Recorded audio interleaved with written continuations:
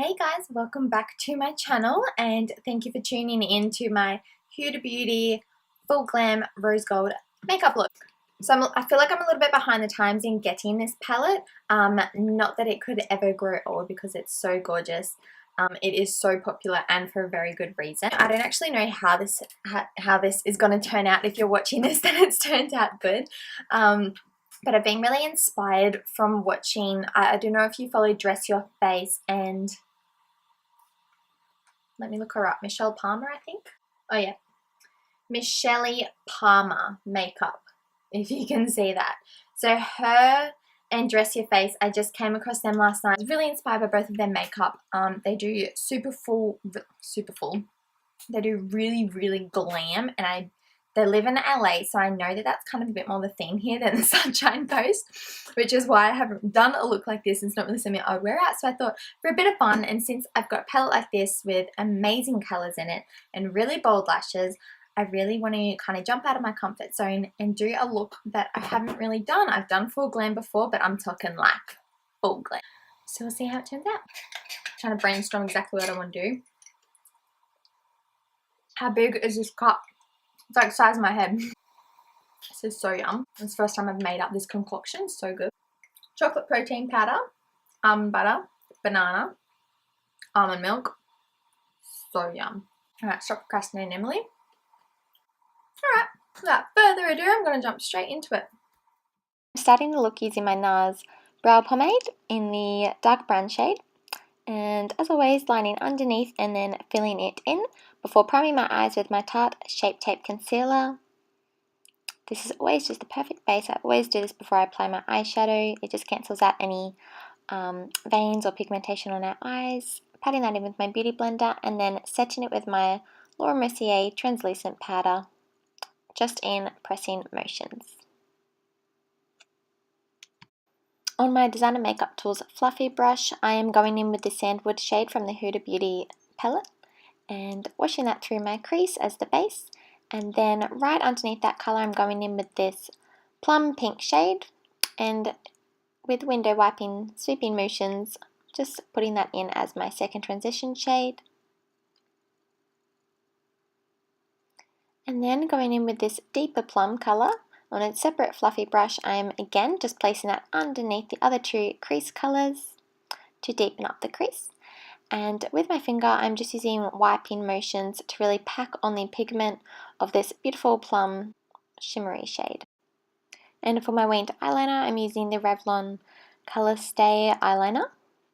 And with that same plum shade, with a small definer brush, I'm just outlining that crease for a very subtle and soft cut crease effect before highlighting under my brow bone.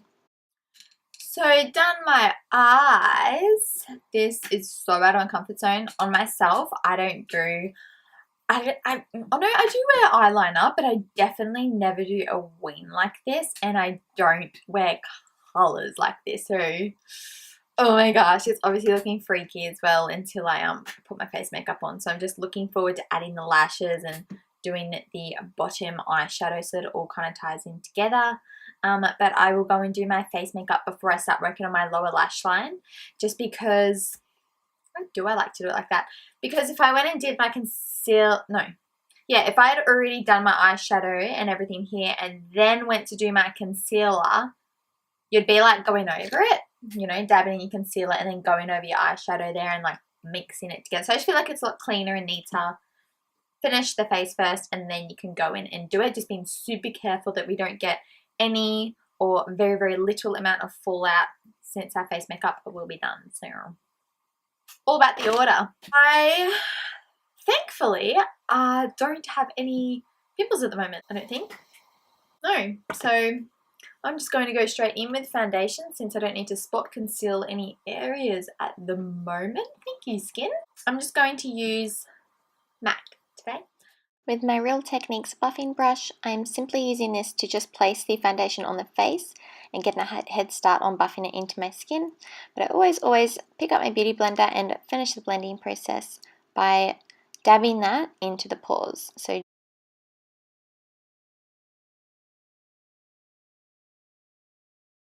So because I am going to do a cream contour Usually, if I was going to do a powder contour, I would add another really light layer of foundation right now just for some extra coverage before I set my face with powder and go into my other powders.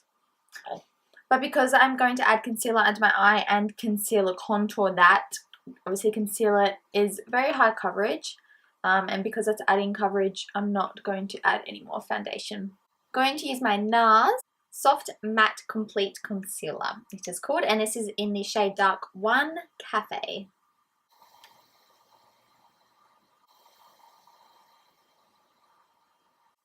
feel like I want to chisel my chin out now. I just look like I got chicken pox. But I really kind of want to carve my jawline out.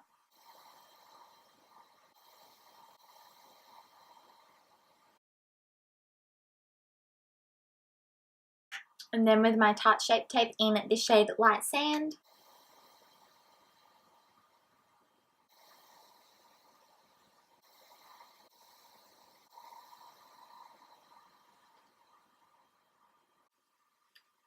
There we go. This is how I would, this is definitely how I contour. However, it's like mapping it out for you so you can see. It's like I'm about to do plastic surgery. So this is mapping out where you would put your dark contour and your highlighter. When I just do my makeup normally, I just like will do my highlighter first, blend that in, then go in with my contour, blend that in. So it can be kind of hard to follow and keep up with where I've actually put it. So I wouldn't usually map it out like this, but for you guys I have. So I'm first going to blend in the contour. Reason being, and I have made this mistake before, I've started to go in blending in my highlight concealer and accidentally got the sponge on the contour, blending that in with the highlight, and it's a mess. I'm going to start blending the contour in, and I'm just using this same foundation brush that I blended my foundation in with.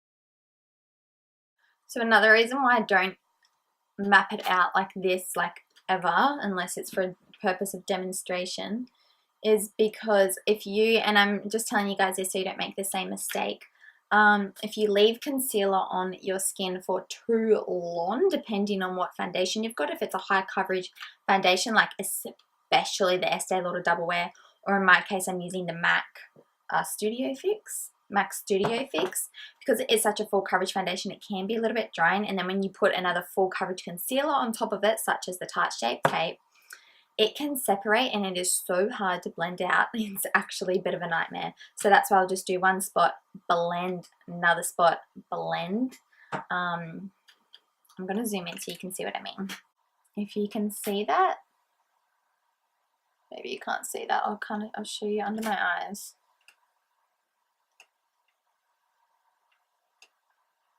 You can see where the dots still are. It just takes ages to blend out basically. And if it's really bad, like if I had the Estee Lauder Double Wear on, it's so drying. If I had that on, I would almost have to do it again. And I know that because I've done it before. It looks worse. It actually is doing okay right now. See that there? Usually it just feels so dry, like trying to blend it out, so it just takes ages. That's why a damp beauty blender is going to be your friend in this process. Otherwise, just don't do that to yourself, and apply then blend, apply then blend. And this process of cream contouring, if you haven't watched my how to cream contour video, it should be on the maybe that hand side of the panel or that hand side, and you will see it's just a whole lot of blend, blend, blend. You got to kind of move the product around first to see how I've moved the contour into the one spot. It's obviously not blended how I want it first. First, you just kind of got to move it around, press the concealer in. Now that it's blended into the pores and the skin, you want to work on blending out these lines. It's completely seamless. So it's just a process of going back and forth and blending both colors into one without moving it away from the areas of the face that you want it. So I'm just going to speed through this since I've already done a video on it before. With my Laura Mercier translucent powder, the same one that I used on my eyelids, I'm setting under my eyes. So I always will press it out first with my beauty blender, get out all the creases, and then barely looking down just for a second, I will then quickly set that with powder before it starts to crease. And then on a much larger scale, I would do that with a larger brush for the rest of my face. Again, just patting motions. We don't want to sweep or move the product around. You don't want to, while your face is tacky and sticky from the concealers and foundation, you don't want to start sweeping powders in that. You always try and just do some tapping motions until it's completely dry, and then you can start to sweep over the top. Going back into eyes, I'm picking up my Melissa Sassine Gel Eyeliner in the shade Black Caviar, and I am lining my lower lash line. I'm steering clear of my waterline as I want to keep that nice and bright to really open up the eyelids, which is important to do when you're wearing so much eye makeup and eyeliner such as this. So just on the lower lash line, and then with a very small defined flat brush, I am smudging that out, so to give it a bit more of a smoky effect.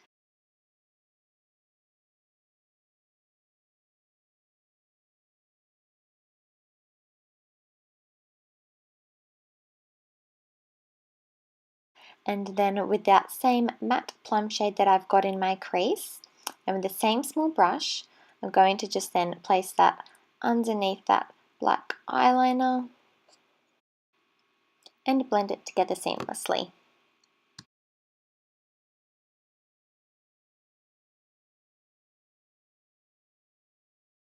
With my white eyeliner from Vanity Cosmetics, I am now lining my waterline. So sorry if this is a bad angle and you don't like looking at this, but that's where it goes. And then highlighting the inner corner to really, again, brighten up the eye shape. And using my Huda Beauty Noel lashes, I will put them on off camera. And finishing the look with my Models Prefer blush in the shade Autumn Cooling. I am just sweeping that into the bronzer and the apples of the cheeks. Finishing the look with my Huda Beauty lipstick. This is the shade Venus, which is such a beautiful nude shade. And I love this lipstick. It dries matte and it is very long lasting. One of my absolute favorites.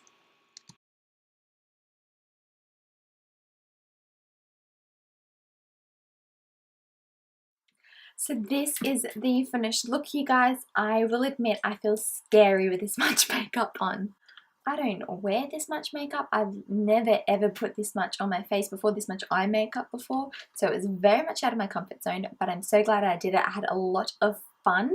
That literally took me hours. That took hours. I hope that I feel like this tutorial is probably going to be a long one, so apologies in advance.